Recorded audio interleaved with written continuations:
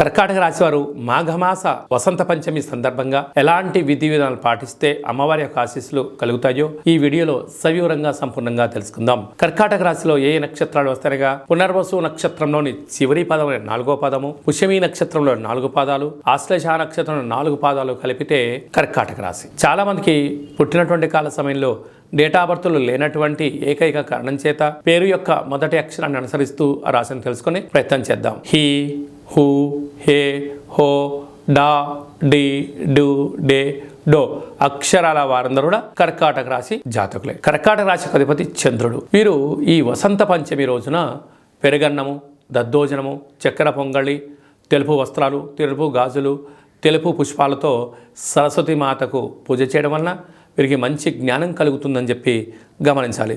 తృతీయంలో కేతు, 6వ స్థానంలో కుజశుక్ర సంచార స్థితి ఉండడం వలన భూములు, వాహనాలు, బంగారు ఆభరణాలు, షేర్లు, క్రయ విక్రయాలు వీరికి యోగదాయకం అని చెప్పి గమనించాలి.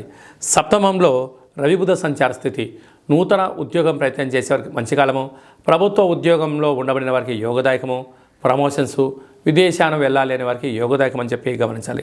అష్టమంలో శని సంచార స్థితి కారణం వలన శనివారం రోజున మీ జన్మ నక్షత్రం రోజున, అష్టమి మంగళవారం రోజున దూరావాయు జల ప్రయాణాలు పెట్టుకోవద్దు.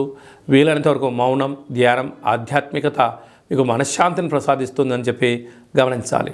భాగ్యస్థానంలో రాహు సంచార స్థితి ఉండడం వలన ప్రేమికులు, భార్యాభర్తలు, పార్ట్నర్షిప్ వ్యవహారాల మధ్య కొద్దిగా మాట్లాడుకుంటూ మౌనంగా ఉంటూ ప్రతిదాన్ని పరిశీలించుకొని మాట్లాడుకోగలిగితే సమస్యలు మీ దగ్గరికి రావని చెప్పి గమనించాలి. రాజ్యస్థానంలో గురు సంచార స్థితి ఉండడం వల్ల వృత్తులు, ఉద్యోగాలు, విదేశీయాన వ్యాపారాలు, లావాదేవీలు, క్రయ విక్రయాలు యోగదాయకం అని చెప్పి గమనించాలి. నీటి వ్యాపారాలు, ఆహార ఉత్పత్తులు, పాల వ్యాపారాలు, రొయ్యల చేపల బిజినెస్ల సేవారంగ కార్యక్రమాలు చేసేటువంటి వారందరికీ కూడా ఇది చాలా మంచి కాలము అని చెప్పి గమనించాలి.